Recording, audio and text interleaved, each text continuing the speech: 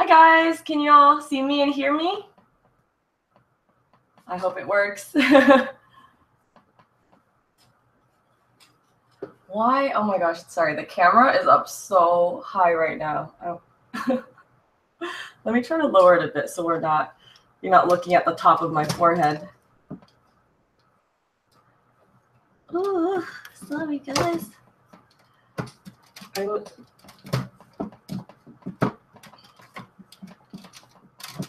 Okay, hopefully this is better and not so low. Oh, sorry. Let me just, okay, there we go. Better? Okay. Come on, Happy, learn how to use your webcam. Okay, perfect. I don't know if there's any difference from what it was before. But yeah, thank you all so much for joining me. I want to take some time real quick, say hi to each of you. Let's see, we have Saruta, Roxanne, Angelina, Luna Stone, Tay Ran Art. She says, happy live stream days are my favorite days. That's so sweet, thank you. Emily, Neloxy, Chanel, Nikki. Hi guys. Chanel just came home from work. What time is it where you are, Chanel? Are you working on a Sunday? Yeah, oh, also, please pardon I think there's around maybe like a 10-second lag. So when I reply to your text comments, it'll be at least a 10-second delay because of just the way the live stream is. But I'm so glad you guys can all join me. Let's see. Today, I think I'm going to work on an oil painting in a little bit. I'm going to give everyone a few minutes to get here and arrive before I begin. But for those of you who are joining me for the first time, basically how this works is you guys can ask me questions or chat with each other or do whatever you'd like through the chat box. And then I will be working on a piece of artwork. And then every now and then, every few minutes, I'm going to read off all the questions and I'll answer them as I paint. So it's definitely a challenge and a test in my multitasking skills. But yeah, I think over the months I've gotten fairly used to it. And yeah, I'm really excited. I'm going to show you guys the painting I'm going to be working on today. Oh, okay, it's dry enough. So this is the piece that I will be working on. It's 8 by 10. Today I'm going to be trying to smooth out the shoulders. So as you can see here, like the face, I already did, I think, a second or third layer on. The body is still a first layer, and actually the rest of the entire piece is a first layer except for parts of the skin and the sky. And I really want to do something with these wings because I feel like, I really wanted like a pop of color amidst like a very kind of dark grayish blue painting, and I wanted the wings to give that like nice warm pop of yellow and pink, but it's like too yellow and too pink. So I'm gonna go in and try to dilute it a little bit and maybe find different shades of yellow and pink that are more compatible with the rest of the piece while still giving it that pop. So yeah, that's the piece I'm gonna work on today. And I am filming a time lapse for it, so that'll be coming out next month. And I have a time lapse for that creepy flower eyes piece as well. So yeah, this month I'm really trying to do a good job of filming time lapses for pretty much every single painting I'm doing this month. But yeah, how have you guys been? Some of you, I haven't seen you in a month. Okay, Crafty Ellie says, can you say Ileana? Is that your name? That's really pretty, Ileana. Allison Kearney says, hey, Happy, this is my first time watching one of your live streams. Well, welcome. I hope you enjoy it here. Man, you guys, I had, I'm just gonna wait maybe like 3 more minutes. So in the meantime, I'll just tell you about, I guess, my week. So I had a pretty rough week. Let me actually find the photo on my phone because it's basically I shut the door on my thumb, on my painting thumb. As you can see, it's a lot better now. I can still wiggle it and use it. But the day after Okay, if you don't want to see something gross, because I'm gonna show you a bruised thumb, feel free to look away. But here's my, okay, get ready. Here is how my thumb looked after I bruised it. I don't know if you can tell, but it is so dark. It looks like a nebula, which is ironic given how much I love nebulas. But yeah, I shut the door on my right thumb, which is my painting thumb. And this was right as we were getting out of the car to meet up with some friends for Korean food. And I was like, I was such a baby about it. I was crying and making a scene. Okay, I wasn't making a scene, but it was just in the parking lot with my boyfriend and I. I actually put my hand in between the door and the car to try to save him, because I was like, the door was closing and I saw him like kind of flinching and screaming, looking like the car door was about to shut on his hand. And so I thought I could just kind of like put my hand in between the car door so to stop it. But I basically miscalculated the distance, and instead of putting like my whole hand there and be able to catch the door, only my thumb got caught, and then it like hurt like a bitch. And basically when we got into the restaurant, I was in so much pain and I was in a really bad mood because I wouldn't be able to paint for like a few days and I had all these deadlines. So I was like, you know what? I'm going to turn this night around. Like, I'm going to just like drink some soju, which is like basically Korean. It's not a Korean beer. It's like a Korean wine. Like, I'm not going to be in a bad mood and be a Debbie Downer. So let's just like drink and get over it. And, you know, like when you drink, you don't feel pain. And then basically I drank too much. So then I was really hungover the next day. So ironically, I couldn't paint anyway, even if my thumb was well, because I was so hungover. And I think my boyfriend and I got food poisoning that night, again, because we were kind of drunk and we were, Korean barbecue is where you have to like grill your own meat. Like they bring you raw meat and you have a really nice grill in the middle of the table, and then you cook it yourself, which usually is really yummy because it's very fresh. And then, yeah, instead, basically, I think we really undercooked a lot of meat because we weren't sober enough to cook them properly. And then, yeah, so we also suffered some food poisoning after the hangover. So basically, it was a really crappy week, but I'm really glad to be feeling well again. And even despite having a hangover and food poisoning, I still did a lot of work in the past few days. I just kind of like, you know, trudged through it. Let me show you guys actually a new drawing that I finished. This is the Patreon first look, I guess, because I haven't even scanned this yet. I just finished this, I think on Friday. So,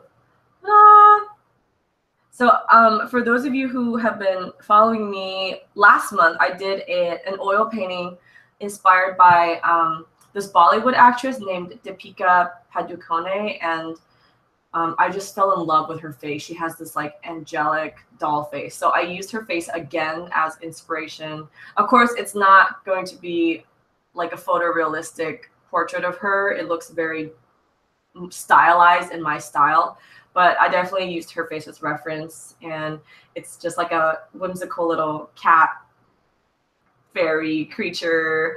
And she's got like a little moth friend and some peonies or English roses. Honestly, I've started like making up my own breed of flowers because I just, I've been trying to not rely on reference when I draw flowers. So it just became this weird hybrid of my two favorite flowers, which are peonies and English roses.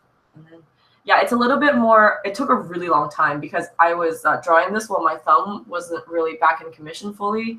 And my thumb was like, I wasn't able to put hard pressure, so I had to build up all the shading and the layers very, very gently, which is nice. I think it gave for really soft shading, which is good, but it took me like 3 times as long as it usually does. So this tiny little thing took as long as like, I don't know, like a small oil painting. But I'm really happy with how it turned out. I'm going to list it for sale probably on Monday. I might find a cute little frame for it, maybe like a gold frame that matches the shimmery gold leaves. And yeah, Crafty Ellie asked, how long did it take? I honestly didn't keep track of time because I was working on it while doing other things. I was editing videos and making prints, and then like while I was waiting for one print to finish, I was working on it. So I don't know. It's probably like, if I had to guess, maybe like 3 to 4 hours. But yeah, I mean, I started on it earlier this month, and I've just been working on it on and off. So that one I didn't film a time lapse for. I actually started it last month, not earlier this month. I started it late last month. So for those of you who saw me do my live stream in June, that's when I started that drawing. So yeah, Angelina says, you're a master at multitasking. Thank you. I actually read somewhere that multitasking isn't a sign of like being more focused. It's a sign of being less focused, because you can't just like do one thing. So I might have like ADD or something, because I definitely cannot ever just do one thing. It like drives me crazy. So yeah. Emily says, if you make a drawing in a smaller scale size like this one, is it still possible to make large prints without losing quality? Yes, for sure. The thing with prints is, so usually standard like print shops, if you go to like a print shop or like use Society 6 or something like that, they print at what's called 300 DPI, and it's basically like 300 pixels per inch. So if I have a piece that's like 5 by 7, and I scan it at 300 DPI, then I can make an exact 100% faithful reproduction and print it at 5 by 7. But if you scan it at, say, 1200 DPI, because a lot of scanners are capable of doing that, then you can blow it up to, let's see, so 4 times the size, because 1200 DPI is 4 times as big as 300 DPI. You can blow it up to 4 times the size without compromising quality. And I don't know, I think some scanners out there might even scan at higher resolutions. Mine goes up to 1200 DPI. I like to print my prints at 600 DPI, which is twice as detailed as 300 DPI. A lot of people say you can't tell the difference between 300 and 600 because of like the way your retinas process visual stimuli. But I personally can definitely tell difference between 300 and 600 DPI when I print. The 600 one looks so detailed that if I took a photograph of a print, it looks like I took a photograph of an actual painting. Like you can see every little brush stroke, every little wood grain. Like it's so incredibly detailed. And I started printing at 600 DPI, I think about a year and a half ago, and I've never changed back to 300 because it's just so incredibly, like, I don't know, it looks so rich, and it makes me feel really happy that people are getting prints that look just like the original and they're not losing any quality. Sometimes when I do like canvas prints or any sort of merchandise where I have to outsource it to a separate print shop, then I'm forced to scale back to 300 DPI because a lot of those print shops don't even accept 600 DPI files. So sorry, I just rambled on about DPIs. Let's continue. I'm gonna start the painting now. I think, okay, we have 22 people watching, so that's a pretty good amount. I'm gonna shift everything over to my easel. So please pardon me while I put my hand over the webcam. But yeah, let me hopefully be able to make this work. Sorry, guys. Get to see the inside of my hand for a bit. So let me shift everything over. Okay, while I'm shifting, I'm gonna try to keep chatting with you guys so you're not bored by this empty black screen. Okay, so let's see. Can you guys see the painting? I think this is a good. Okay, now all I have to do is try to mount this tripod on top of my second tripod. Oh my gosh.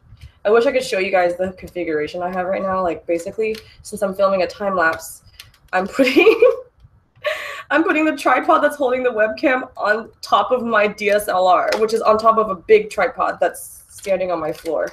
So it looks like a tiny little tripod attacking a big. Okay. Ooh, hey, not bad, guys. I think we might be onto something here. Okay, yay! If you've been live streaming with me for a while, you'll know that I always go through this awkward phase where I have to rearrange my webcam from pointing at my face to pointing at my painting, and it's always hilarious because sometimes it doesn't work and then we get this really awkward angle. So let me actually, I will twist my easel. There we go. Yay. Okay. I think this is gonna work. Okay. Woo! Let me just, okay, yeah, you can see my hands. So why don't I bring my phone over, and that way I can look at your questions while I paint.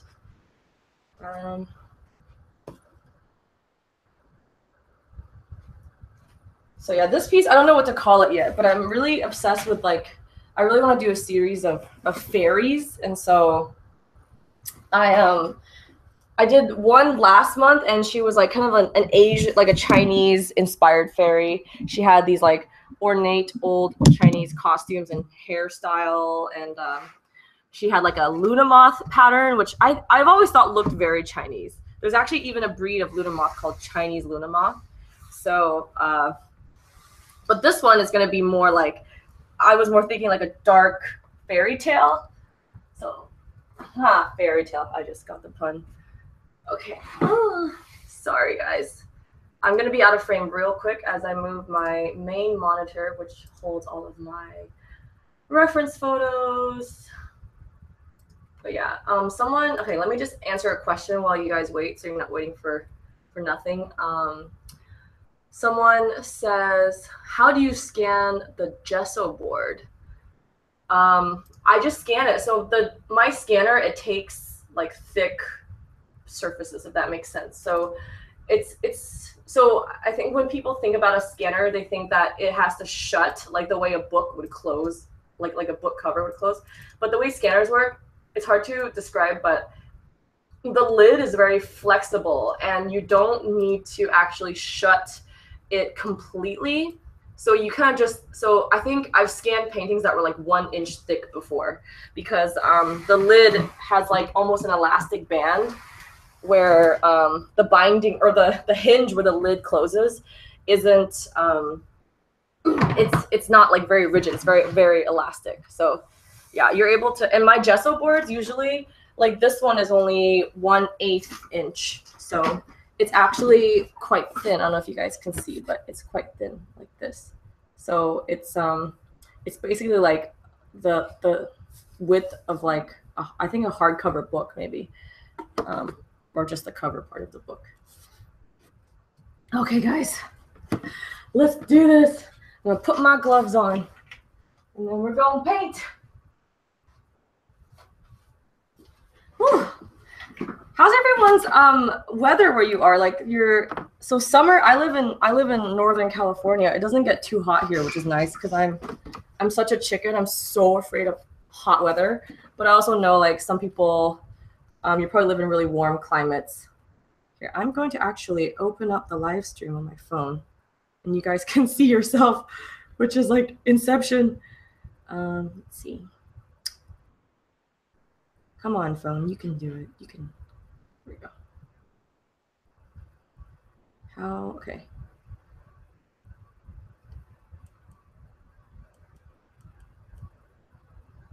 Okay. Live chat. There we go. So I'm gonna put my phone right here so that you guys can see your questions. Actually, I'm gonna put it right here on the table. Here, I can see it better. Okay, I'm gonna answer one more question. Oh, there's my giant forehead. Sorry, guys.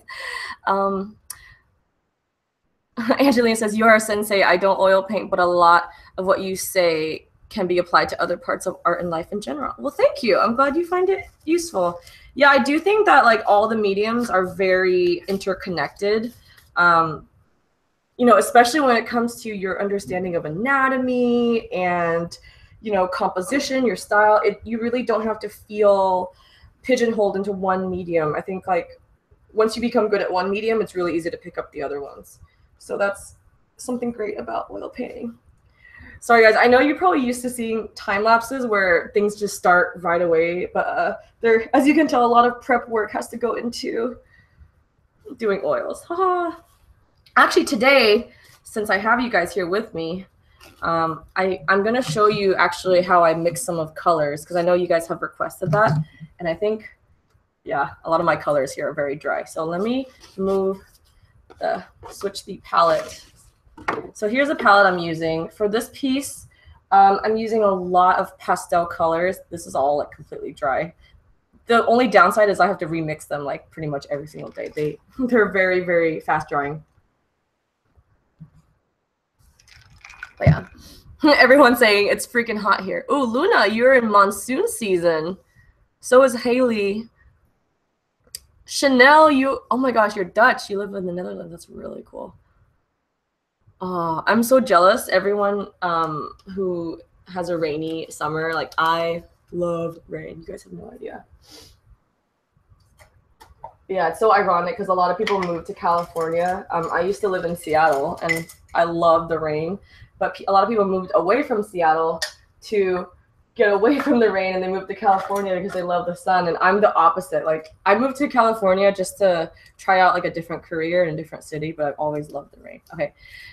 Here I'm using Portland Gray Light, which is pretty much almost done with the bottle, but it's a very light gray and it makes beautiful pastels. And I basically use this gray to dull and lighten a lot of the blues and the pinks, because this is one thing that I realized, like over time when you practice more with oils, you kind of get a feel for. But in the beginning, and I'm sure a lot of you have been on the same page as me, I always underestimate how saturated some of these colors are, and I don't take the time to like dull them. Okay, sorry. This one is a Radiant Turquoise. It's such an old bottle, you can barely see it, but it's a Radiant Turquoise from Gamblin. And then here I have Radiant Magenta. It's already kind of duller than, you know, like the darker magentas, but yeah, I just always underestimate how saturated these colors are. And then I end up, when I mix them, it just becomes, or sorry, when I paint with them without taking the time to mix them, they're way too bright. It looks like someone like barfed on my canvas or something. Okay, so I'm just mixing it with this palette knife. I think, oh, this palette knife is from Royal and Langnickel. It served me well. I haven't cleaned it as much as I should have, so there's a lot of residue from previous colors, but it's all dry. I love palette knives that are kind of tiny and shaped like this. They're perfect for my style of mixing, which is very, very basic in a way. I don't do anything fancy. Okay, here I'm gonna mix. So yeah, I'm basically trying to make shades of blue, pink, and purple with like a touch of the light gray. And that way, also I have to, so after I mix these three, there's another color I like to mix, which is kind of like a dark bluish gray that I serve as the shadow, like the darkest shadows. And then I mix these together. So it's really complicated, guys. But I hope you find segments like this a little bit useful. They're kind of conveyed more of the reality of painting. I know like when I started oil painting, I was so used to seeing time lapses or these really polished, edited videos. And I had this idea that like oil painting was supposed to be fast and easy and very minimal prep work. And it wasn't until I did them myself and started filming time lapses and editing time lapses that I realized like just how much gets edited out. And I'm not saying that like time lapses are meant to be like fake on purpose.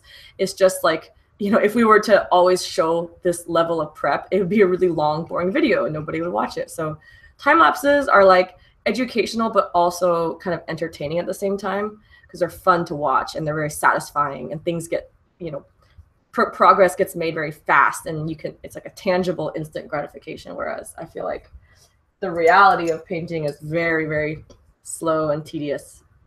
So here I have my pink on top, purplish in the middle, and I have a blue on the bottom. And then, sorry, I'm just trying to save some before I wipe my palette. Put some on the brush so I can use it later. Okay. I just wipe my palette on this, it's like an industrial strength paper towel. Okay, and then for my darks, I have Prussian blue, which is my favorite shade of blue. It's the darkest and least saturated of all the blues. I feel like it's almost like the warmest blue, if that makes sense. I used to love ultramarine, but ultramarine is so bright and vivid, it's almost like a purplish blue, and it was just too hard for me to use. Torrid gray, which is it changes every year, but this shade of gray is what Gamblin gets when they combine all of the leftover colors at the end of the year, and they mix all the colors together, and it makes the shade of gray. It's really awesome. Oh, sorry. Okay. And then, okay, actually, where's my knife? Okay, here we go. I'm gonna mix these two together, and I pretty much just do equal parts gray and blue. Same with all the pastels. I do equal parts light gray and whatever color I'm using. Okay, I'm gonna answer some more questions while I stir this paint. A lot of you saying wouldn't mind trading climates. Saruta asks, how can you oil paint on a budget? Okay, so it depends on what your budget is and how much you're willing to be flexible on your budget. If you're looking to spend like less than $10, it would be really tough, like to get all the oil painting supplies. By nature, it's a very, very expensive and costly medium. It requires a lot of different supplies. You have brushes, you have solvents, you have paints, you have canvas, you have a palette. You have to have something like a paper towel to wipe things with. Sorry guys, I'm gonna switch these two real quick now that I'm done with the colors. There we go. Okay. Yay, now it's time to paint this torso area. So yeah, by nature, it's very expensive. And in my humble opinion, I think like I would recommend, oh, sorry, I might need to point my camera and change it a little bit. There we go. Sorry, I'm just trying to, now I'm setting up my, sorry, DSLR. Okay, there we go. You're just seeing my giant arm. Okay. This is harder than I thought. Come on. Okay, I'm gonna try to focus my, there we go. Okay, yeah, but I would recommend getting good supplies. Like, you don't have to get the fanciest supplies, but at least good quality student grade supplies over the like Walmart brand ones, because those are basically not even usable, and they're not like, at that point you might as well just not even oil paint. So yeah, I would definitely recommend getting supplies that are like still budgeted towards students, but still usable and still legitimate oil painting brands like Gamblin and Winsor Newton, and even the Blick Studio brand. They have I guess like lines and sub brands dedicated to students, so it's a lot cheaper. But I think if you get like the Walmart brand or go to like a craft store and get like oil paints for kids, like those are not going to give you the sufficient knowledge and flexibility of actual oil paints. So I think my biggest tip for oil painting on a budget is just to get the student grades from legitimate brands like Winsor & Newton or Gamblin or the Blick Studio brand, if you guys have a Blick store near you. If you don't, you can go to dickblick.com. I know it's a funny URL. dickblick.com. You can order it online, and or whatever equivalent you guys have in whatever country you are. They have really, really affordable, not as affordable as Walmart maybe, but way more affordable than like artist grade supplies for oil painters. Okay, let's see. Nikki says, I really like your painting on wood. Just wondering if it is possible to paint on wood without priming them white. Yes, Nikki, there's definitely a way to do that. You can actually buy clear gesso primer and you can prime them clear. I forgot what it's called, but I think you can buy them at any art store. And the brand I used was Liquitex. So Liquitex has the clear wood primers, and they often look really cool. But that being said, I would be careful, because I did that once where I primed my wood with clear gesso, and it wasn't like glass clear. There was still kind of a translucent shade or translucent sheen over it. So it didn't give me as much of the, you know, beautiful wood patterns as I wanted. It still kind of covered them up with like a cloudy white glaze. So yeah, that was a big shocker to me. So I think I would do some more research on them before I commit to buying one, or perhaps you prime with fewer layers. It's always recommended that you prime with at least three layers of gesso, no matter what color you're using, because 3 layers, you know, adequately protects the wood. But I found that after 3 layers of the clear gesso, it really hindered the ability to see the actual natural wood colors. And then, okay, another question from Chanel T. Chanel asks, how does Gamblin compare with Winsor & Newton? All of my favorite artists work with Gamblin, but I'm finding it really hard to find here. So I personally like Gamblin, and I'm not just saying this because they've, you know, I guess sponsored me. Well, they sponsored me a few years ago by just sending me oil paints to use. So they never like paid me to like post things. And I had been using Gamblin for many, many years before they reached out to me. But the reason why I like Gamblin is because they're a company and all, like, their sole focus is oil painting. Winsor & Newton makes a lot of other products. They have watercolors and markers, and I don't know if they have acrylics, but Gamblin only makes oil paints. And so the quality is reflected in the product itself. I've just found that Gamblin has colors that I enjoy using. They have, like, for example, the Radiant line that I made these pastels with. They're extremely fun, and they, in a way, are more, how should I say it, like modern. So they allow for artists who have, I think, some style similar to mine to fully be creative and, you know, paint things that are saturated and bright and weird. And they have a beautiful line of grays, which I need to explore next. But their grays are so perfect for mixing, and yeah, I just like their products better. And also, not just the oil paint itself, but they create a bunch of oil painting mediums and solvents, and their products, from what I found, have been the least smelly and the least toxic. So yeah, I guess I just have a sense of trust with Gamblin, and whatever they make, I end up really loving. And I have a few Winsor & Newton paints. So back in the beginning, when I first started, I wasn't really aware of which brands were good or bad, so I just bought whatever. And I do have a few Winsor & Newton paints. They are really nice. I'm not going to say that Winsor & Newton's not nice, but yeah, it's just, at the end of the day, it's a matter of personal preference, and I happen to prefer Gamblin. And if you can't find it in your local art store, there's so many ways online to get them. So I know in the United States, there's like, there's Blick, which I always talk about, but there's also Jerry's Artorama, which is a big, both in-person and online boutique. And Michael's recently started carrying Gamblin as well. So that was a huge win for a lot of people, because Michael's is the most common art store. And for a while, they only carried Winsor & Newton and Grumbacher.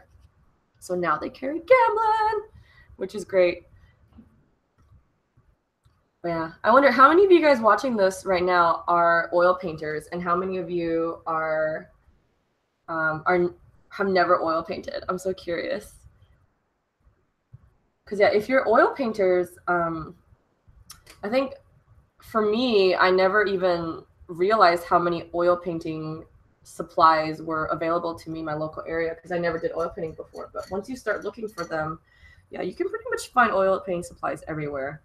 Not every store will carry all the brands, but they're common enough that you can find what you need.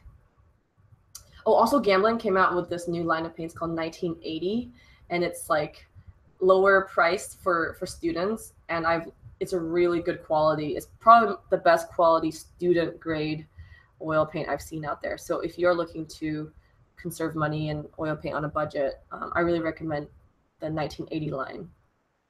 Also, sorry, back to the oil painting on a budget.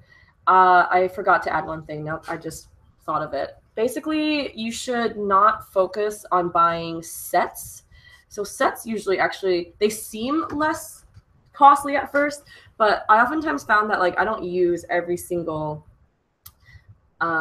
paint that I get in a set. I end up kind of only gravitating towards a few colors, and it's less colors than, you know, that are in the set. So I would actually recommend buying individual tubes and buying only what you think you'll need. So I think my set came with, I forgot, but it came with many, many shades of brown that I ended up not using because I like to mix my own browns with reds and blues and yellows. So, you know, that was money that I could have saved on buying, like, I don't know, a more saturated pink or a lavender, because I like those types of colors. Also, in buying your own tubes, you can get them on sale. So I forgot. So usually around back to school seasons is when they have a lot of sales for art supplies, just like they have sales for school supplies. So I got a lot of really great deals during those periods. I think around fall and spring. And yeah, the oil paints on sale ended up costing less than if I bought a whole set. And usually the individual paints become on sale more often than sets do. So that is another tip I have, is the back to school sales. Let's see, any more questions? Okay, a lot of you said, oh my gosh, this is so cute. Gina says she lives in Korea and it's 6:30 a.m. Oh my gosh, Gina, I'm so honored you woke up so early to just catch this live stream. That is so incredibly nice of you. And yeah, I hope I can help you wake up. Are you gonna go back to sleep after this and take a nap? And Nikki says, I only recently started doing oils, but previously I was working in watercolor. But oil painting is so much better as you can amend your mistakes easily. Yes, that is my favorite thing about oils. Like, you can actually erase with oils. Let me show you guys. So I'm just dipping my brush in some paint thinner. And you can, if you use paint thinner, which basically erases the paint, so you can actually erase previous strokes, which, you know, it's crazy. Like, you can erase your paint. And also, I guess, like, well, you can do the same with watercolors. It's just that with watercolors, you are limited by the lifespan of your paper. So you can't keep erasing, because at some point your paper is going to give, and, you know, then you're left with no options. But with oil paint, like if you paint on wood or gesso board, like, you can pretty much just keep going back and forth and keep building layers, and it should be sturdy enough to hold up. Oh yeah, also, sorry, back to the painting on a budget. You don't have to oil paint on like gesso board. It's kind of, I think, one of the most expensive, or the more expensive options. You can always find cheaper alternatives. You can get unprimed wood boards. You can get canvas pads, which are basically like loose canvas sheets. Yeah, so there's many ways that you can also save money on the oil painting surfaces, because I found that, like, I lately have been spending most of my money on, in terms of art supplies, on like panels to paint on, because I'm getting lazier and lazier, and I don't want to prime my own because I just don't have time now. So I just buy the pre-primed gesso panels, and pre-prime costs you so much more money but saves you so much time. So yeah, there's always a trade-off.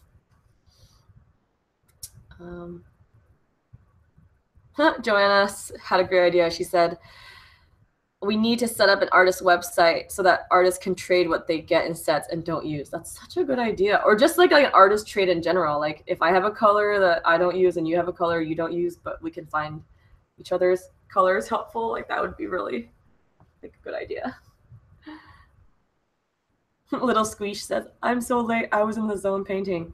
No worries, girl. That's, if there's ever a good reason to be late, it is being in the zone painting. So I totally understand. So yeah, just gonna add some shadows here. So if this is your first time seeing me paint live, I apologize for how slow it is. I'm actually very slow. I don't even record the entire painting process usually for my time lapses. Sometimes, like, if I made a mistake and I have to go back, let's say I accidentally, you know, made a big dark blotch on a part that's supposed to be light, and I have to go back and erase it and redo it just to restore it to its previous state. I don't record those parts. I don't think it's useful. So yeah, in my time lapses, you're probably used to seeing things go very smoothly and not have to, you know, worry about watching me fix mistakes or erase. But yeah, I'm hoping that this kind of real-time process gives you guys some confidence, you know, that oil painting is not supposed to always go completely seamlessly, and it's okay to make mistakes. And that's kind of the beauty of oil painting, is it's like a slow carving and eventual build up to your final product. It's not like an instant thing.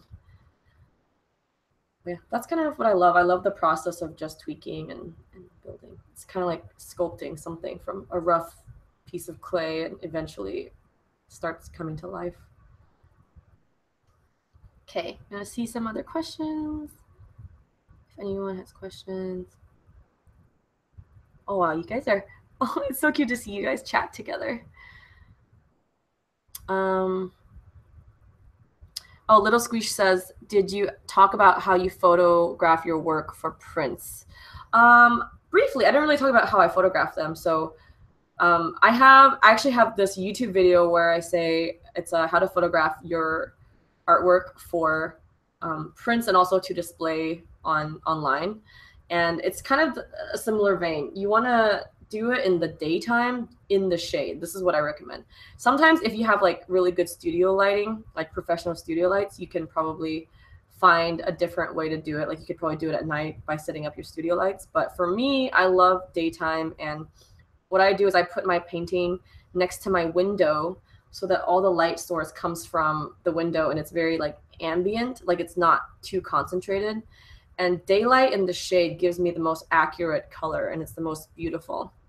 So that is what I prefer to do. And also you have to do a little bit of editing afterwards. So there's no way your photograph will always come out completely like ready to go without any extra editing. So I like to, so for example, if the top of your painting is closest to the window, then the top of your painting ends up being a lot lighter than the bottom of your painting. So I use like the dodge tool or the burn tool to lighten or darken the top or bottom to balance it out so they look more consistent. I also edit the levels and curves and sometimes color balance.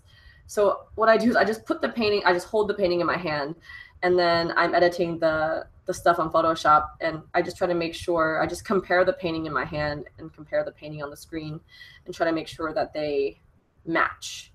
And also one other thing with prints is depending on the printer, you might have to calibrate your image differently. So my printer makes them a little darker, so I have to make the image file a little bit brighter to compensate for that. So yeah, it's just over time you can definitely get a feel for your particular set of needs, which is nice. But yeah, it's a process for sure.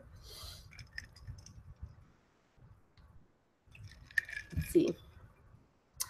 Nikki asks,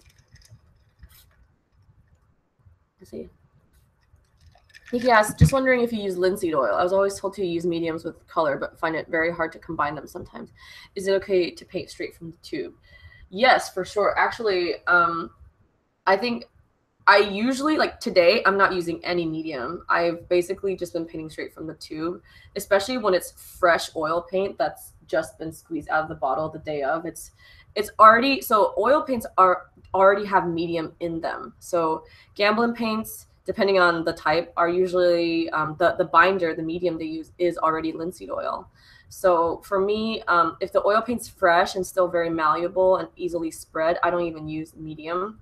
Mediums are basically for me in parts where I have to glaze, or if the oil paint feels too tacky and hard to spread, then I use the medium to kind of give it a little bit more life, give it a little bit more flexibility. But yeah, it's totally 100% okay to not use medium. A lot of my color blocking on the first layer, I don't really use medium, because then the medium makes the paint more transparent. So if I want to paint an area that's opaque, I don't let the medium, I don't let it get in my way, so to speak. But yeah. Oh. Okay. And also, mediums, if you're just starting out and you're not familiar with just even kind of regular oil painting yet, then I wouldn't even bother with mediums, because they're just an extra layer of confusion. They're kind of like, they're not a necessity, they're just like a nice to have. So yeah, if you're feeling like mediums aren't really helping you, or yeah, if they're causing more trouble, feel free to omit them for the time being. Like even me, I paint all the time and I don't always use mediums, only when the situation calls for it. So yes. Oh man, painting like the bone or the anatomy of the shoulder is actually really tough. Okay. Let's see. Next question. Oh yeah, Emily says, how do you color proof if you print through other parties like Society 6? Is it the same process if you print them yourself? So honestly, at that point, I don't really know, because you would probably have to buy your own print and then check to see if you like it. And then if you don't, like if the print arrives and you're like, whoa, it's way too dark, then you have to know for future times to make your print file lighter. So that's the only way I would think to do it. If you go to a print shop, they usually don't offer like free color proofing. So what you can do, or what I would do maybe on Society 6, is to make like a private item listing where you have 4 or maybe even 6 different panels.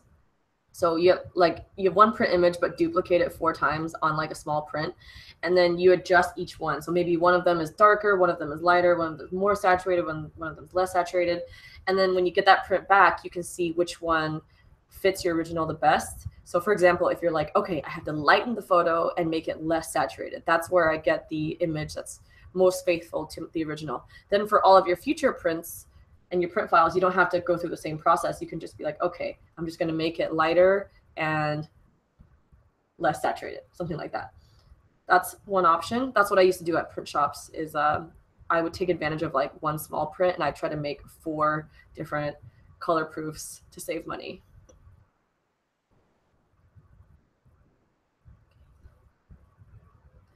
Next question. Chanel says, is there anything you really need besides oil starting out, like brush cleaners or something? Yes, I would definitely recommend a brush cleaner. My favorite is the Masters brush cleaner. I think you can get it at Michael's too. It comes in like a beige little box.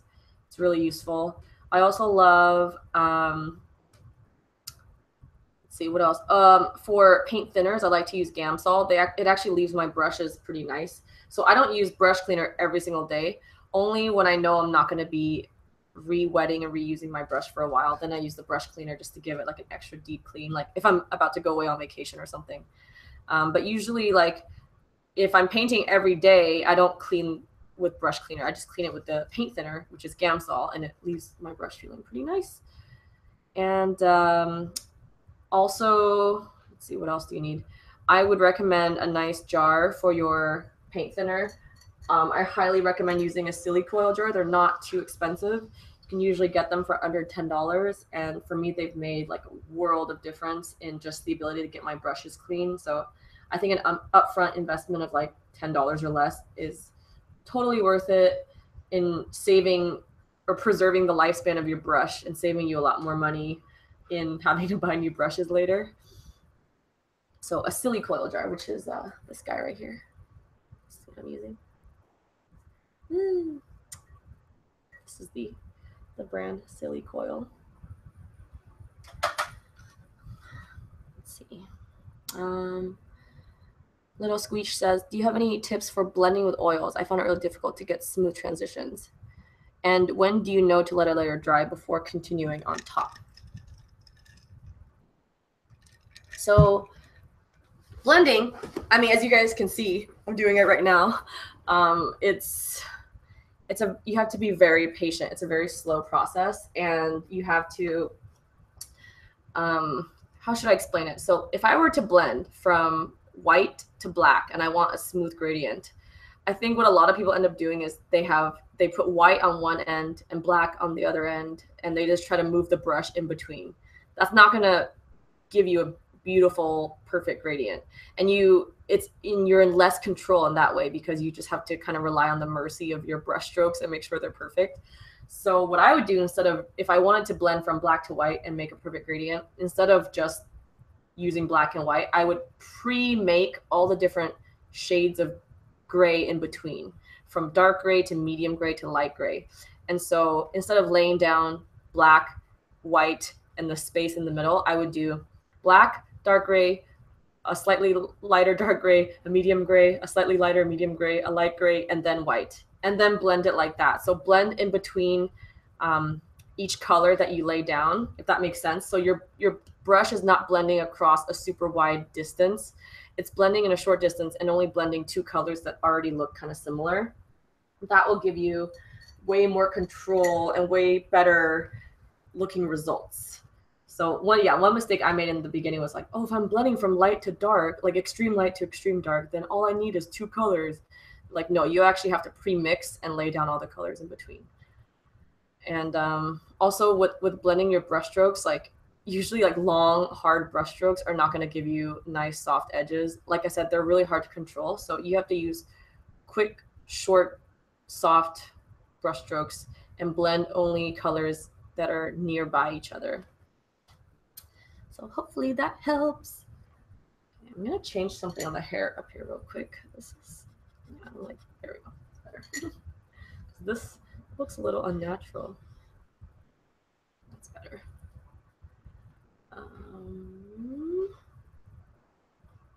Yeah. Sorry. Ugh. Okay. Next question. Chanel says, all right, so Gamsol in a jar should be a good start. Thank you.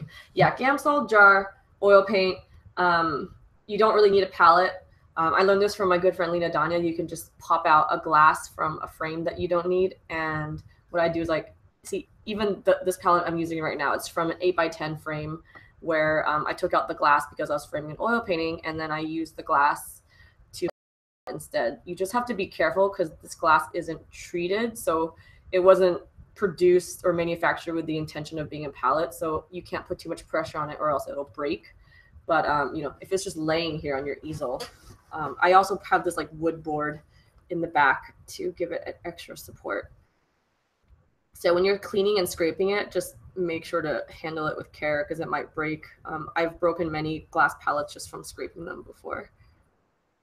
So, oh, this hair is so difficult. Come on. Come on, hair, please cooperate. Oh, this part is so awkward. Okay, I'm gonna try something. I'm gonna use a lighter color and go in. But yeah. You guys are so sweet. You guys are like, thanks for being so helpful. Thank you guys for allowing me to be helpful. It's crazy to think that like I'm giving out advice to people who can actually find it useful because, you know, I've spent so long feeling so clueless myself that to this day it like baffles me that I've taught someone else something because sometimes I'm like, do I even know what I'm doing? Like, so that's really, really humbling and really nice of you guys to look to me for help. It's very sweet. Yeah, this hair is not falling as naturally as I want. Also, lately I haven't really been using a lot of reference when doing hair. I'm just trying to like kind of design and figure out the anatomy of hair so I can give them more interesting shapes. But as you can tell, I'm not quite there yet. I'm not perfect at this yet. But yeah, hopefully. Hair is really fun too. Hair is almost like, I realized the trick to painting hair is to not treat it as hair. Like, don't treat it as hundreds of thousands of individual strands of silky threads, but treat them as like almost like limbs, like treat them as tentacles or blocks of like solid, and then you end up being able to control their shape and stuff way better. So instead of having to worry and plan out things for 100,000 little strands, you just have to worry about maybe 10 to 20 chunks, and you can design each chunk and how they interact with each other way better.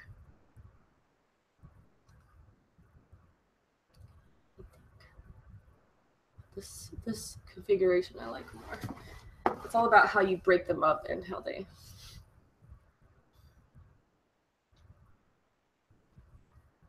Okay, some more questions.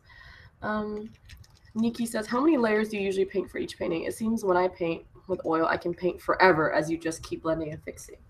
Yep. That's pretty much on the money here. you can literally keep painting forever. I think Da Vinci once said a painting is never finished, only abandoned, and that's so true. Like you can always continue to work on a piece.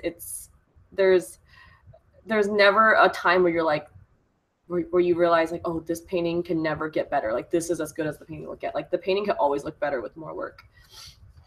So for me, how many paintings, honestly, like different parts of the painting require different layers.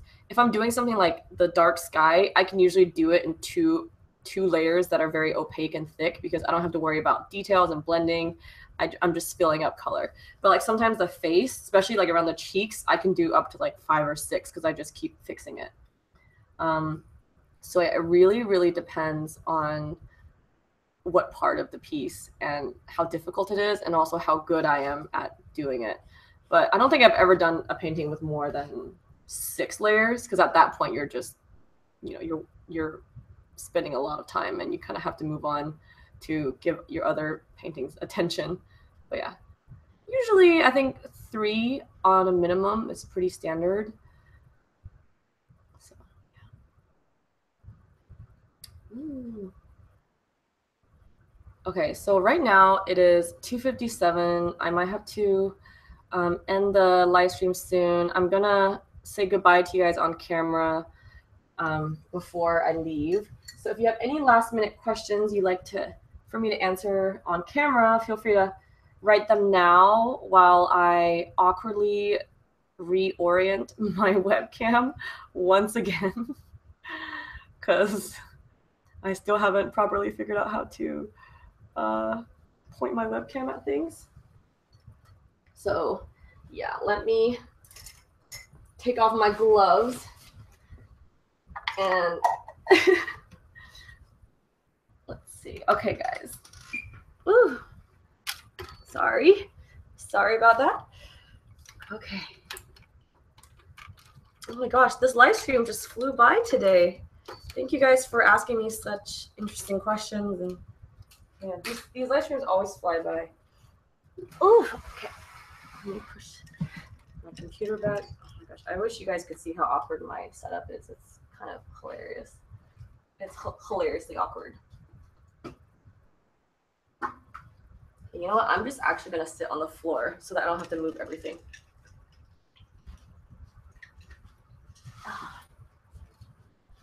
Oh, sorry. Okay.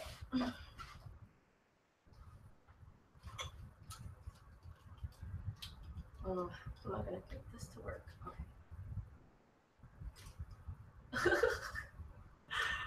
Oh my gosh, this is so awkward. Please work. Okay. There we go. Okay. Can you guys still see me? Is it gonna focus? Please focus. Yay! Okay, awesome. So yeah, I'm sitting on the floor now because I didn't want to move everything back up. It was too messy up there. Let me see if I have any last minute questions to answer. Let's see. Little Squeeze says, on the topic of hair, one of the best tips I got to approach is to split up the hair into chunks and treat them like strands of ribbon.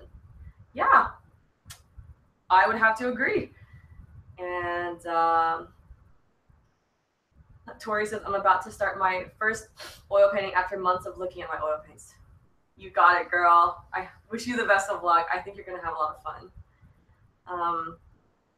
Laura says, Happy, do you read books on how to market your art, or did you figure it out yourself? I didn't read books on how to market my art. It was something I figured out myself just through kind of trial and error. So I do think there's some like podcasts you can listen to or some blogs you can find. But for me, I did it mostly through trial and error. Let's see. Little Screech says, I love your earrings. Thank you so much. I actually got these. You guys would not be able to guess how much they are. These were 90 cents or like 80 cents. I got them in China. I went to Guilin, which is where they have like really beautiful scenic mountains. It's like the mountains you always see in Chinese paintings. And there was like a little market in a really small town. And I think it was like a wholesale market. Like it's where they ship to, I think companies like, honestly, like Forever 21 or something. So it was so cheap. It It ended up being like 90 cents, like USD, for each pair of earrings, and I bought like 10 pairs. So, but they all have the same kind of look. They're kind of like boho type of style, which I love. All right, guys, I'm gonna call it a day. It's 3:01 right now. Thank you all so much for joining me, and you guys, like, I always look forward to these live streams. You guys make them so fun, and I love being able to feel like I'm actually hanging out with you guys and interacting with you. So yeah, thank you all so much. I hope you have an awesome rest of your summer, and thank you for your pledge this month, and I hope to catch you guys in August. And yeah, I love you. Bye.